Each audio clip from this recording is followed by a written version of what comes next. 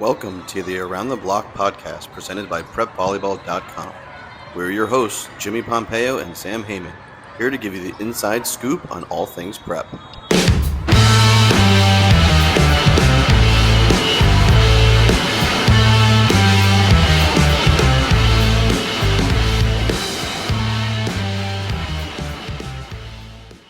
Welcome back to Around the Block with Jimmy and Sam. It's the week of do? Thanksgiving. We are here to give thanks. So today we're talking about all the things about the game of volleyball that we are thankful for.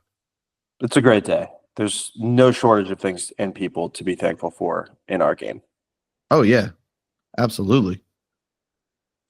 You want to kick us off there, big guy? What's something that, we don't have any – actually, we should probably do our housekeeping first. Yeah, let's do some housekeeping. Let's house some keep. Let's keep some house. So let's see. What do we got in housekeeping? Award season is coming, which we're going to talk about in our next episode. Nominations are currently open for all of our awards, but they have to be completed by a coach. So if you're a parent, if you're a player, you cannot nominate yourself. Bad. We know it's you. We'll know. Also, we're still looking for listener feedback. If you want to email us at editor@prepvolleyball.com, give us some feedback, what you like, what you don't like. We're always looking for new ideas. Be sure to use promo code podcast for 25% off your new Prep Volleyball subscription. Bingo. Also, showcase registration is open if you want to register for one of our unsigned showcases as well. Do we have locations for those yet? Good sir. We do. So the first one is going to be in Las Vegas in January. All of the dates will be on the website. Then we have Atlanta in March, I believe, and Washington, D.C. on President's Day weekend. How appropriate. Mm-hmm. Will be the Capitol Hill Classic. Outstanding. Yeah. And no X-Files this week because I have been staying off of X. And also everything's all about state championships and all whatever awards, Yep, we had a nice turnout for signing day. We definitely got to see, I think, a little bit of the tone shift that's coming down the pipe. There seemed to be a little bit. I'm not sure. Maybe in past years it was a little bit. There was more fanfare. Maybe there was. I think some folks are still waiting to sign their agreements. I think there might be a little bit of a late push as well with some of the new information that's coming down the line as far as the NCAA settlement cases, the opt-in dates and deadlines that are coming up here in December, and then also, what's still left to come in 2025 before the new agreements and stuff all officially take place. But we did see most of the signees that we saw were operating with those new institutional agreements that'll be, coming down next year. So interesting time. Congratulations to all the signees, to everyone who also recently committed, and to everyone who's still making the decisions. Good luck, and we wish you all the best. Yeah. So let's see. What are we thankful for? You know what the first thing I'm thankful for is? Hit me with it. I'm thankful that I met a spry young lad who wore baseball cleats to soccer tryouts in high school. Oh, geez. Who is that? Sounds like a real clown, real chucklehead.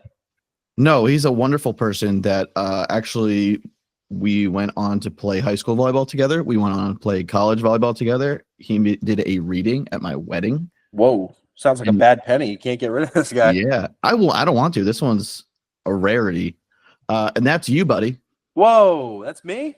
Yes, sir. I am so thankful that we basically got to grow up in the game together. Yeah, we did. It's been a blessing. Having really not too many folks that I knew growing up that went to our high school, and having someone kind of be there for so many moments, and then to see that carry on into our adult life, our college life and our adult life, it's been a real blessing. So I'm thankful for you, buddy. I appreciate all of the kindness and the generosity and the friendship and the camaraderie that you brought into my life as well. So I'm very thankful for you as well, and for your family. your parents and your lovely wife, who've been very accepting of me as a human being. And I couldn't be more thankful for you. It ain't hard to be thankful for you. Oh, dang. Here we go. So we start off with a good one there. That's a heavy one. I mean, even if you think about the people that we still talk to on a daily basis, is all people that we played with. It's like it just the peers in my life are all connected to this volleyball world for the most part. Yeah. Which you hope everybody has that experience, but I feel like we're lucky that we have that. Yeah, I agree. It's you never know. I mean, we've got so many friends that are still involved in the game, which I'm thankful for personally, because being able to have more peers that have decided to make the game a part of their life to a larger degree, whether they're coaching. Shout out Steve Bahala and Lyndhurst High School for their sectional championship, first time in like 30 something years that Lyndhurst has won a sectional championship in volleyball. So we love to see that. And there are other teammates and colleagues that we've had that are still coaching. Steve Sarzicki down in St. Louis. I'll tell you what, this is a great segue into somebody else that we should be thankful for, and that's our head coach from Kane University, Don Perkins, who coached the men's program for the first, was it 3 years I think it was 3 seasons. First 3 seasons, yeah. Yeah. So you and I had him as our head coach for our time there, and then he's still the head coach of the women's program. And boy, you want to talk about a servant of the game and just somebody who's been a really terrific ambassador for bringing people in, cultivating the passion that is there for the game and for competing and for your teammates. And I don't know if everybody gets out of their college experience and loves all the time, all the things and everyone, but Don really made it something enjoyable to go to practice every day, to be a part of the team, and to try and learn more about the game and more about the people that are, in that space with you and how to be a good teammate and stuff like that. So I'm always thankful for Coach Perkins and for the opportunities and experiences that he brought with him and gave to us as part of our time at Kane University, for sure. Yeah, he's cut from a special cloth. Good. Yep. And if you have a coach like that, if you're a player right now and you have a coach like that, you make sure you thank them and be grateful for everything that they've given you, and reciprocate. Be there for them. Be there for the next generation. If everybody operated the way that our college coach operates, it would be the happiest place on earth, the volleyball world, which is pretty close. But it's true. I'll extend that to my first college coach up at St. Francis University, Mike Rumbaugh, who gave me more opportunities than I probably deserved and let me be a part of the program when I, let's face it, really probably didn't belong there. I worked hard for the most part, but I didn't know what I was really doing, and Rummy kind of just let me figure it out and struggle through it and said, you say you want to be here. Okay. So figure it out, figure out how you're going to be here. And it took me a while to get my feet underneath me and find my place. And I don't know if I ever really did, but I worked hard and I was able to carve out a little bit of space for myself while I was there. And he let me do that. And, the coaching staff there, assistant coach Henry Schwang, was also really patient with me, and they were both, they were both great in letting me develop and become a little more conscious of myself and the things that I needed to be better at and figure out and stuff like that. So shout out to them, and kind of circling that back into the coaching conversation. There's great coaches out there everywhere. And they're not always in the spotlight and getting the headlines. So, I think the only thing I know when I was coaching, the only thing I ever wanted was to feel like I was making a difference for the players that we were mentoring. So, I hope that those coaches know that they made a big difference for me personally, and I'm super thankful for them. Yeah, I think from an outside perspective too, like people don't realize how much impact a coach can have on you. You know, we think about the skills on the court, the X's and O's, the numbers, the records, but when you leave the volleyball world or you step outside the court, those things translate into the intangibles that you need to be a successful person. And sometimes I just don't think people really appreciate that.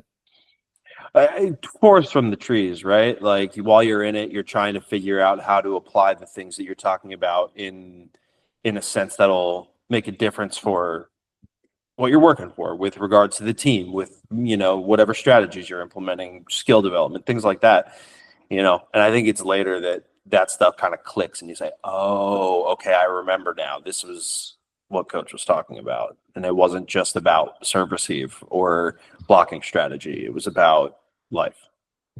Yeah, like applying yourself, planning, leadership, communication, teamwork. You deal with those things on a daily basis, no matter what situation you're in. And, you know, I'm so thankful that we played sports because that's one of the biggest ways that you get to learn those things and then you can apply them to the real world. Absolutely.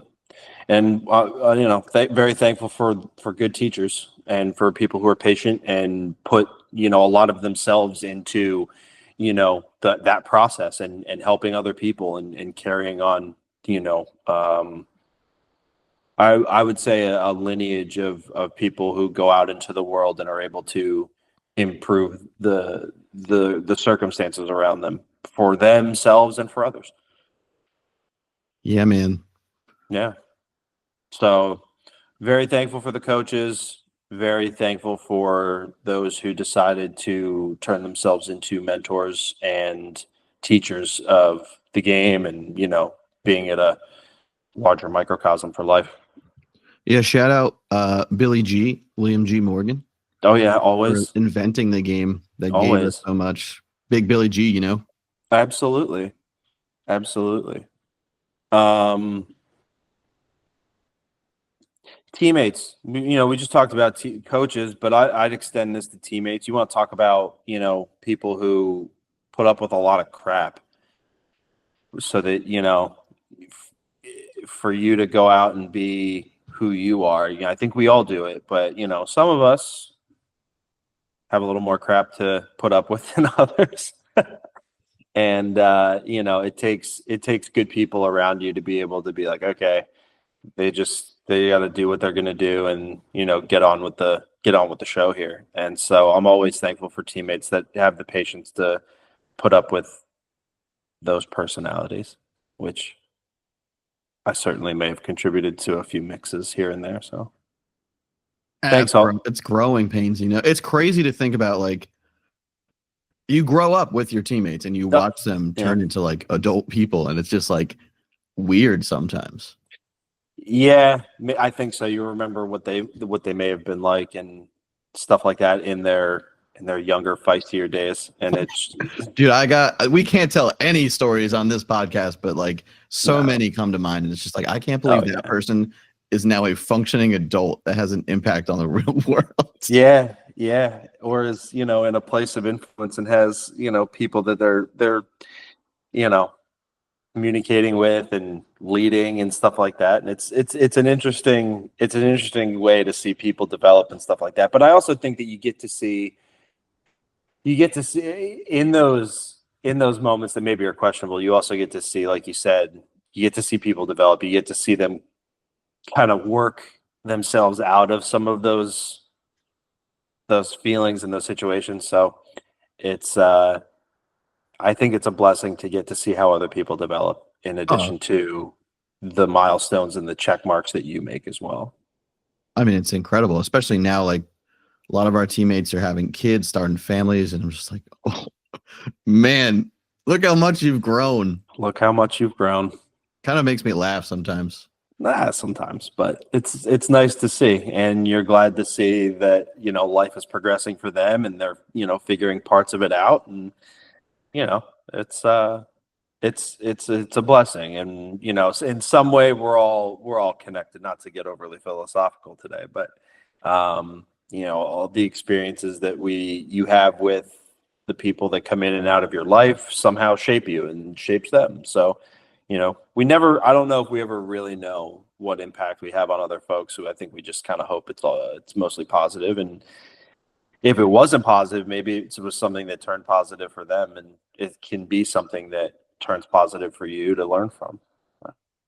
Yeah, I mean, I think like even the folks we really don't keep up with that much, like they've had some kind of impact.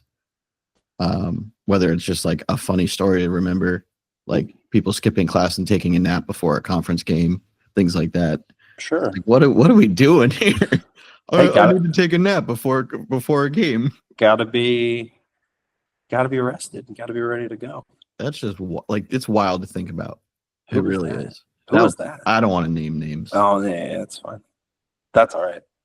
Off camera, you'll catch me up on that one. Well, yeah, I'll tell you some of the stories. Yeah. Oh man. Let's see. I'll throw out. I'll throw this one out there. I've been very thankful for the program leaders that I had a chance to work for, as we've kind of progressed our way here along the volleyball circuit, and the folks that I had a chance to help build programs with, and certainly starting out at Kane University and getting a chance to be at my alma mater, and help kind of continue the program and be in that mix of people who've had a chance to not only contribute to formation, but also, to guiding and leading, in some small capacity. And that was an experience that you got a chance to have as well. So I would imagine that that's something that you're, thankful for as well. Yeah, I feel like I'm a part of a big giant volleyball tree, and it's crazy because like you think about it, it's a D3 state school in New Jersey, and like this program that we were a part of has produced so many coaches, so many All-Americans, so many people that went on to do ridiculous things, like Steve, who just won a sectional championship for the first time in program history. Like, well, I think it was the first time since like 1990. Since we were born. Yeah, so literally in our lifetime for the most part. Yeah, and it's nuts to think about the guys that went on to play like in these new semi-pro leagues. Mm-hmm. People who are coaching Division I, Division II, Division III. It's wild what is accomplishable when it involves volleyball. For some reason, it's like a magical sport, Yeah, I mean, I think people have put the game and their experience in the game at the center of what it is they're trying to accomplish, and they find opportunities within the game to be able to fulfill a lot of that. And aside from what it gives them, it's obviously it's intrinsic that there's a give back as well. So I think it's it's a special thing. I would imagine that a lot of games and a lot of sports and activities see quite a bit of that as well, but it's I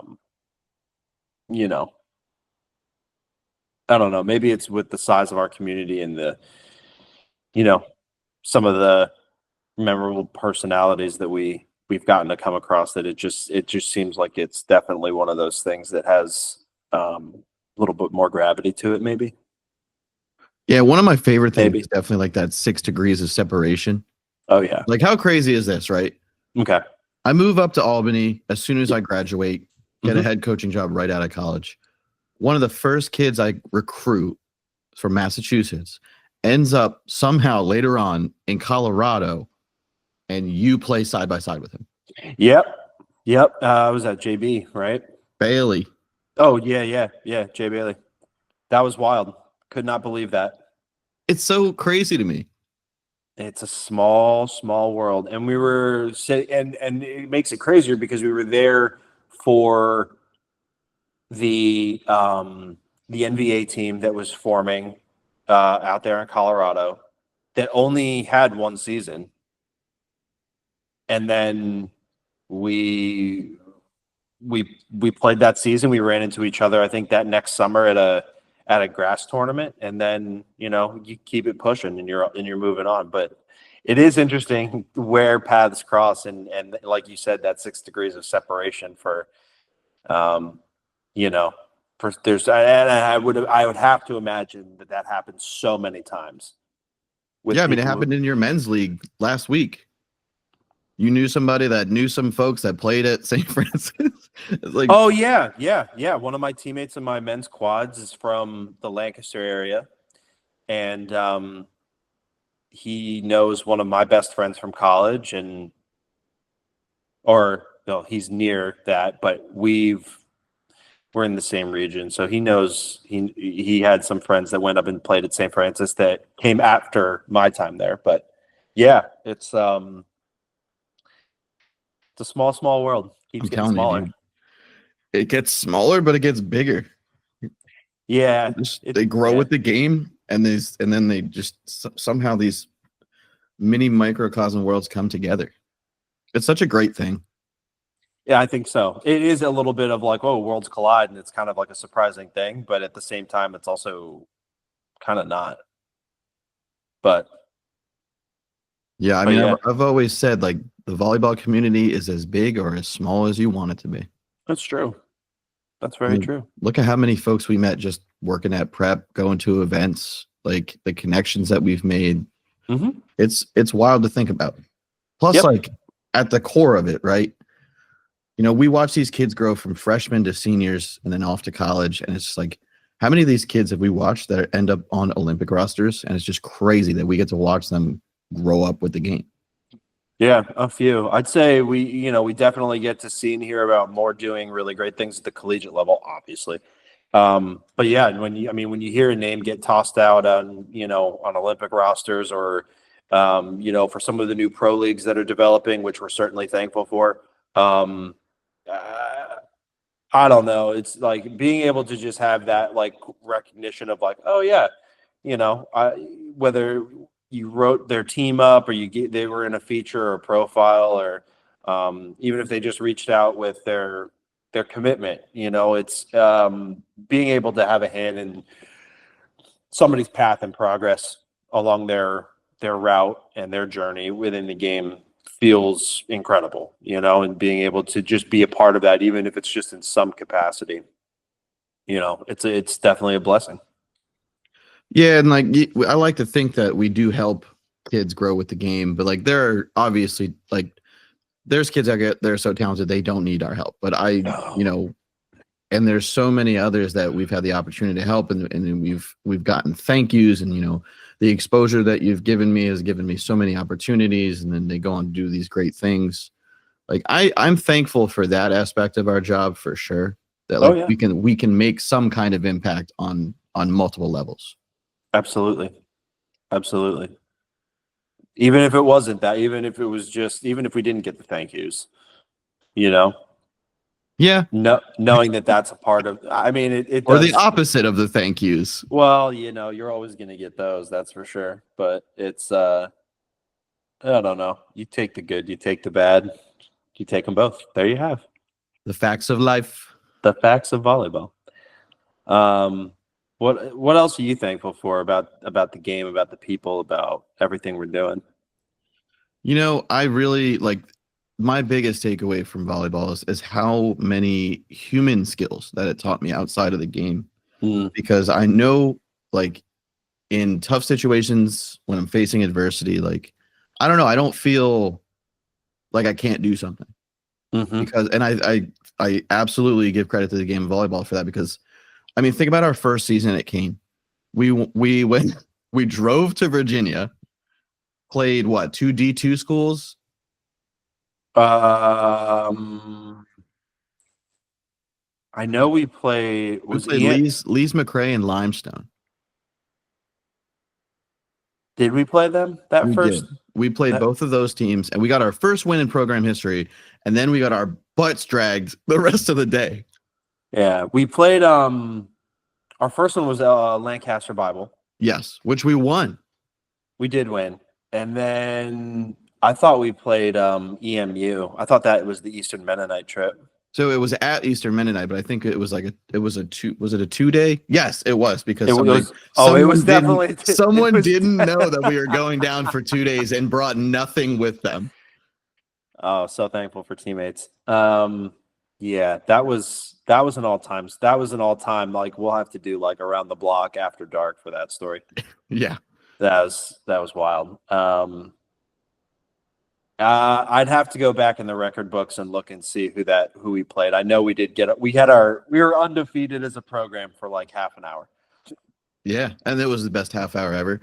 But like just going into situations like that, like we've never played teams that talented before. Like, and we just went in there and we got through it. Whether we won or lost, we didn't look bad and we got through it. And I like things like that always remind me, like when there are difficult things ahead of you, like you're gonna get through them. Yeah. And you may not get the result that you want, but the biggest takeaway is that you're gonna get through them no matter how hard they are. And I think that's something that volleyball has absolutely taught me. Sure. I mean, I think we could look back at our time at Kane and certainly have, we could pull a couple of examples from that, like we played D1 programs a couple times. And we beat D1 programs a couple times. I don't know if I ever did, but. No, NJIT, we definitely beat. You weren't on then? Nope. We took them to 5. Or maybe that was Rutgers Newark. I think that was Rutgers Newark. Yeah, and I got blocked on match point in set 5. That sucked. We almost beat Princeton, took them to 5. I think the year after they beat Princeton. Yeah. And I believe I swear we beat NJIT in like 4 sets. It wasn't even like a 5-set wire-to-wire match. I think that was later on. But like just to think about like, oh yeah, we were just a bunch of kids from Jersey. We didn't know what the heck we were getting ourselves into. And look how far we've come. And it's like I never would have expected us to be going toe-to-toe with, some of the top D1 teams in the Northeast. But we did it and we got through it, whether we won or lost. And like, I don't know, man. Volleyball is just, it teaches you so many dang things that you don't even think about at the time. No. Like we were talking about before, it's the reflection. If you have the ability to look back and say, oh, okay, and draw on your experiences, then I think that's when those moments become even more impactful and you start to like click, it starts to click together and you piece it together and it just kind of, falls into place. Yeah. And like making a lesson out of every moment. Like, I don't know, there's a couple coaches that I was an assistant for that I did not enjoy working for at all. But part of the takeaway from that was that I learned what type of coach I didn't want to be and what type of coach wasn't the best for their player. I think the hard times, even in the volleyball world, the hard times are where you learn the best lessons. Oh yeah, I think you're always going to learn more from the difficult periods of time than you will from the times of ease, because when it's easy, you're not really looking for anything. When you're struggling, that's when you're looking for answers and you're trying to solve problems, right? So I'm with you. I mean, I don't know if anybody gets through life, and they don't work with or for somebody that they maybe don't see eye to eye with or have, the best rapport with. But, part of working with people is learning how to work with people that you don't like or that don't like you or you don't have the same vision as. So, that's definitely, I think even in that, I think that's something to be thankful for too, because it gives you more tools, more resources on how to, handle conflict and be kind of gracious in those moments, so those are hard lessons to learn, especially when you're working with people that are used to being, achievers and they're used to winning. And that's kind of part of the underpinning of this whole thing, and when you don't get the result that you want, or you don't get the outcome that you're looking for, it can feel like losing. So, and that's hard for a lot of people to digest and to kind of metabolize for their ego. Yeah. So that's a good word for it. Metabolize. Yeah. I'm trying to sprinkle in some more metaphors. Yeah. I'm trying to think here. I mean, there's there's a lot of things. I think the people seem to be the most easily identifiable thing that we're thankful for. But I'll throw this one out there. Probably not the most popular, but I'm thankful for all the people who decide that they're going to officiate. Oh yeah, big time. Yeah, I mean, otherwise it would just be anarchy out here. And I know officials always catch a little bit of heat, and certainly the rule changes coming down the line and how the game is changing from, the way it's officiated is certainly being kind of thrown up into the air. But for all the people who take their time, and certainly they're getting compensated, but it's not like they're, getting rich off of it. We're really thankful for those people who take their time and their energy to, help create the space for the athletes to be able to go and compete, at whatever level they're competing. So thank you to all those folks. And I'm sorry that I was so hard on you for so many years. We didn't know. Yeah, we didn't have the perspective, right? No, you know what? I won't say I didn't appreciate officials until we played in college, but when you get to know the officials and they're doing a lot of your games, and like you're obviously more of an adult person at that point, you can have like a person-to-person conversation with them. It makes you appreciate them so much more. Yeah. Because you see them as more than just stripes. They're people. Yeah. Plus, when you're respectful and you have a conversation with them, they get to know you a little bit. They're more willing to have a conversation with you in regards to like why they made a certain call or why they didn't make a certain call. Sure. Absolutely. We appreciate you, officials. Thank you. Yeah. Everybody thank their officials, say hello, get to know them, ask them how their day is going, Yeah. And no matter, it'd always be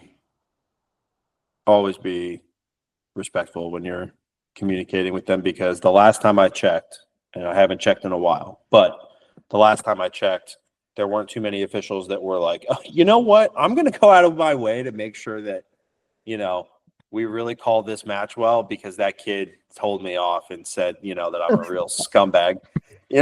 Like that. I don't think that's ever worked once in the history of officiating. So like, just understand that, yes, they're going to call, for the most part, these officials are going to call a decent game, but like, do yourself a favor and just take it easy. Let your coaches do the yelling. You just go play the game. But I would say that, I don't know, maybe it's just the courts we're watching for the most part in what we're seeing, but I feel like most of the interactions I've seen have been pretty chill. Couple of inflammatory ones from time to time, as you'd expect, but it seems like most people are starting to figure it out, so we like that. Yeah, plus like I've noticed more in the last couple seasons, some of these referees at the club events, like they really love what they do. Like they go out there and they're passionate. They get to watch the game from a perspective that nobody else gets to watch from, and I think they really do appreciate that, because you can see when somebody makes a great play or when somebody has a disgusting kill, they're into it too. Oh yeah, 100%. So, that's they're a big piece of the puzzle that I think a lot of times gets overlooked. So we do appreciate the role that the officials play in this whole thing. So we're thankful for that. We're also thankful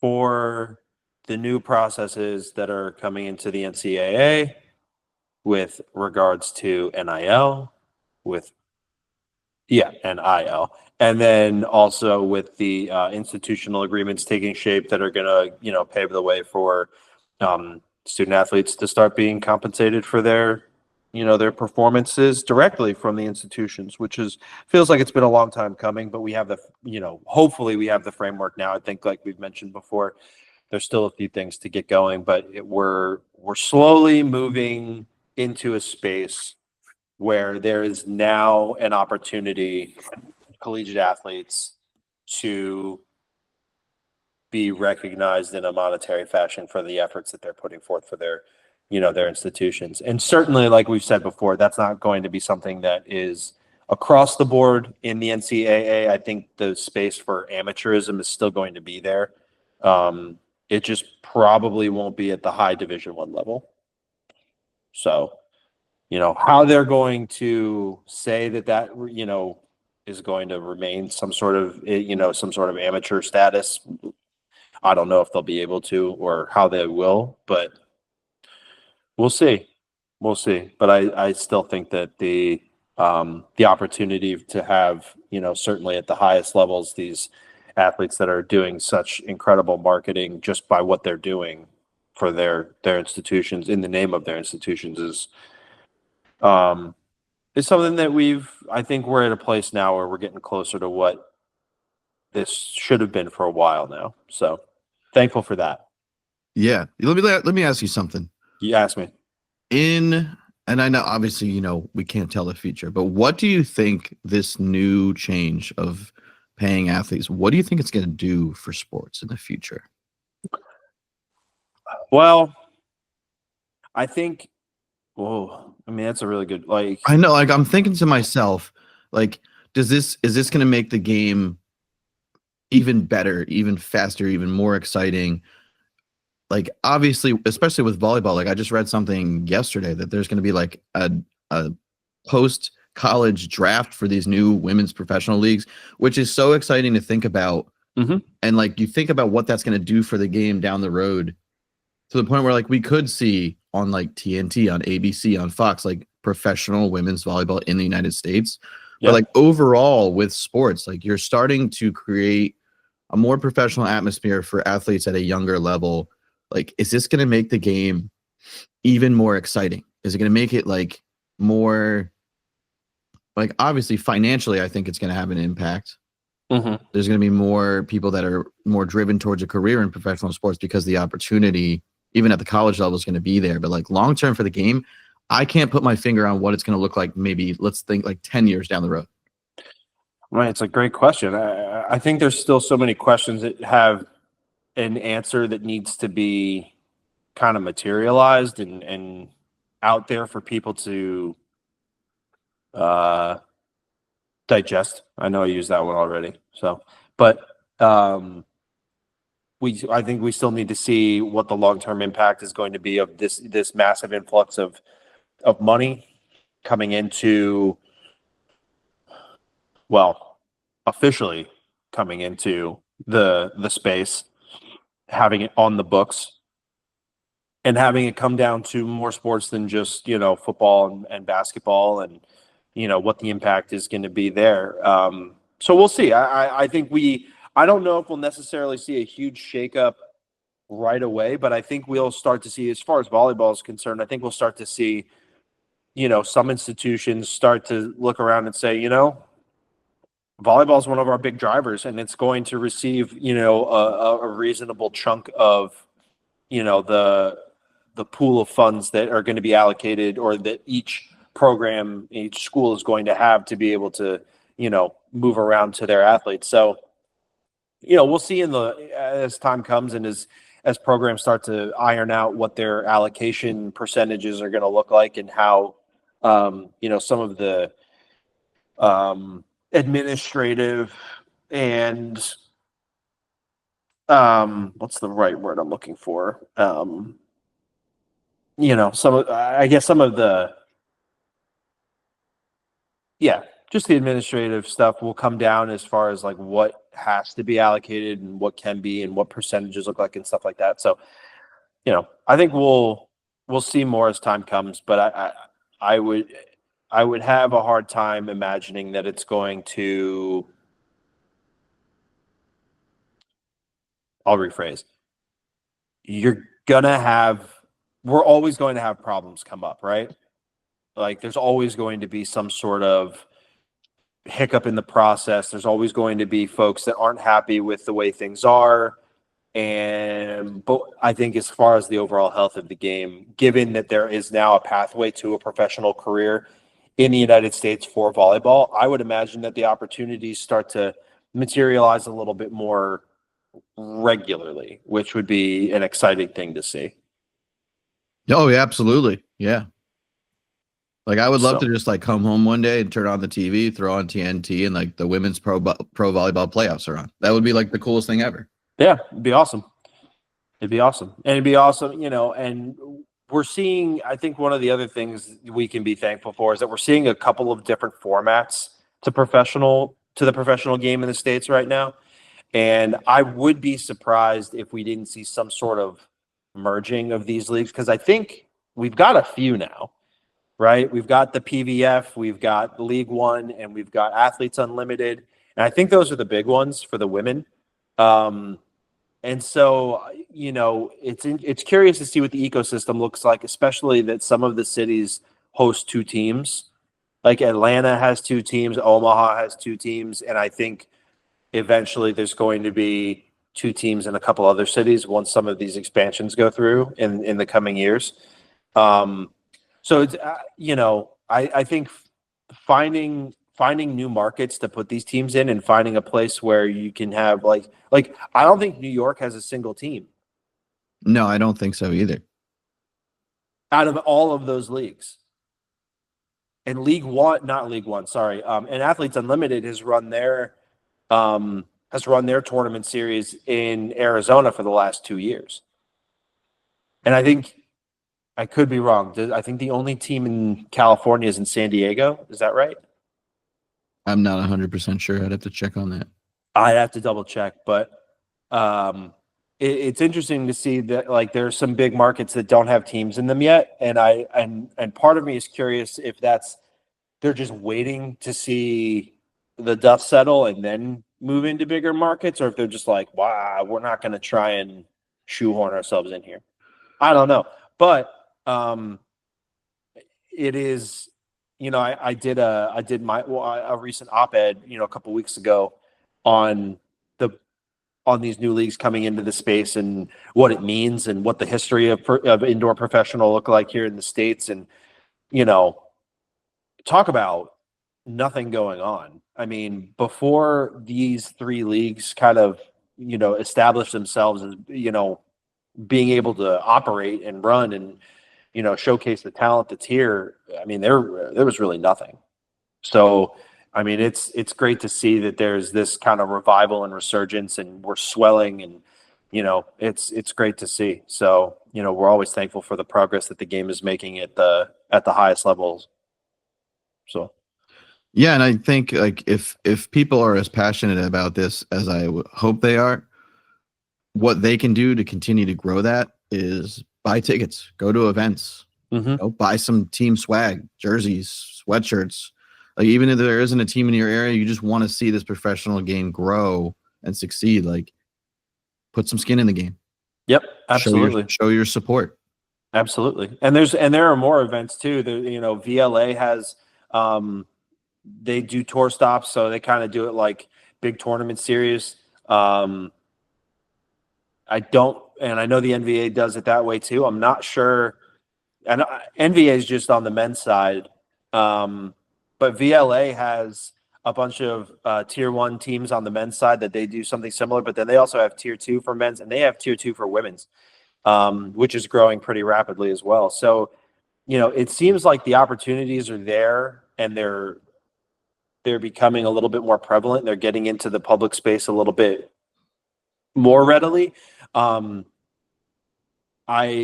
hope is that with more eyes turning onto the game, we can find a way to, bring this whole thing together and find something concrete that's going to be able to have some staying power. Yeah, we're very much in I wouldn't say the infantile stages, but you think about the history of the NBA and the NFL, how many pro leagues there were just before merging. There's that competition amongst competition. And I think we're starting to get to that point right now.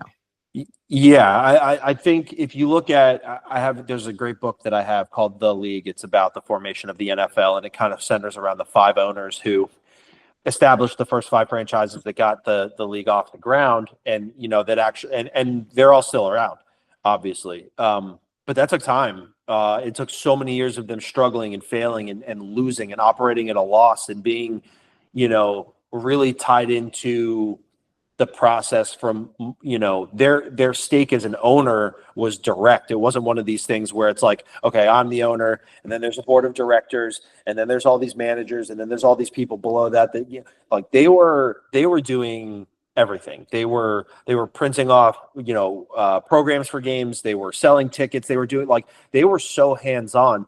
And I think so many new organizers and leagues and stuff look at what the most established brands do. They look at what the NBA does. They look at what the NFL does. They look at what the NHL does, and they say, okay, how do we do that as quickly as possible? And it's like, well, you can't, because you can't become those things until you get your hands dirty and show people the passion that you have for what you're doing, what your athletes have for what they're doing, and bring them in along for the ride. Because if we look back at football, professional football was not the most popular game when it came out. Even after it came out, college football was more popular than professional football for decades and decades. And certainly, I think it continues to be that way in the South. So I think as a community, I think you're right. You hit the nail on the head. Like, we have to put our money where our mouth is and say, like, okay, these opportunities to support the sport and the game at large are in front of us, and we have to go out and, and be a part of that. So, I think we see that conversation happening with other sports leagues and other ventures. And it's starting to kind of click for a lot of folks. And hopefully the game of volleyball understands where it is, and we see, its scale the right way. Cause I think that's probably the hardest thing, is when we try and scale too fast and we try and take on more than there's a calling for. Like, if we market to what our need is, what our demand is, that might be the play, Yeah, I think the big play is stop overspending money on Taylor Swift tickets and start spending that money on local professional volleyball. Yeah, said the guy who just bought Post Malone tickets. I did not overspend. That is also a birthday gift for my wife. Oh, okay. Well, happy birthday, Rachel. That's I think the most I've ever spent on concert tickets, individual tickets, was like $300. That's a lot. It is, but I'm trying to remember what concert it was for. I'm pretty sure I got disgustingly good. Oh, 6th row, Third Eye Blind. Oh, okay. Like, for all amazing. For all of our listeners who are under the age of 18, Third Eye Blind was a pretty popular band in the 90s. Yes, they were and are a great alternative band. They're good. I guarantee you, in some capacity, you have heard one of their songs, whether you recognize it or not. They are a legendary band, which really there's only like one original member left, which is the lead singer, but they're still pumping out fantastic tunes. And now I've gotten to see them twice. Oh, all right. Yeah. We're thankful for live music. We are. And be thankful for live volleyball and support them. Spend your money on that. Because in the long run, when you look back, and especially if you're a parent, you take your young kid who loves volleyball to a professional match, down the road, you're going to look back and go, you remember when I took you that brand new professional volleyball league? Look at where we're at now. And we were a part of that. We helped build that because we supported that. Yeah. And I think that the passion for that comes out because we see so many people that want to go to the high level D1 matches. And I think in the community of people they'll go watch the D3 matches. They'll go and watch the D2 matches, the NAI matches that are local, because they love the game and they support the people in the community that are doing that, So if these professional leagues bring more people to be doing even that, I think that's great, because there's even more of those college programs that, are trying to reach out and generate more fandom outside of the campus grounds. And, I think it's where I would hope, and it seems like the health of the game is in a great place. And and we're very thankful for that. We are. And if people want to show how thankful they are for the game as well, just go out and support it. Yeah, absolutely. That's going to be, you can go to a lot of these college matches for $0. It just, throw a tag on social media, maybe buy some merch, send your kid to their camp if they want to play volleyball. There's so many ways to support the college programs that are there and the the professional teams that are coming into the space. So Let's keep the momentum going here. Yeah, and the last thing I want to say that I'm thankful for, and obviously not the least, is all the people that have supported our website through the last few years, because there's been so many different transition points with staff, with direction. We try to change with the game. We try to make sure that we're supporting the game. And we just want to say that we really appreciate all of those folks that have helped support us through the years and continue to do so, because we do this not for ourselves, but for the game. Absolutely. I second the sentiment. And remember, wholeheartedly and enthusiastically. And remember, using podcast as a promo code can save you 25% on a new subscription. See all the things we do for y'all. Yeah. Show your thanks. Show your love. Show your gratitude. On that note, Sam, sign us off.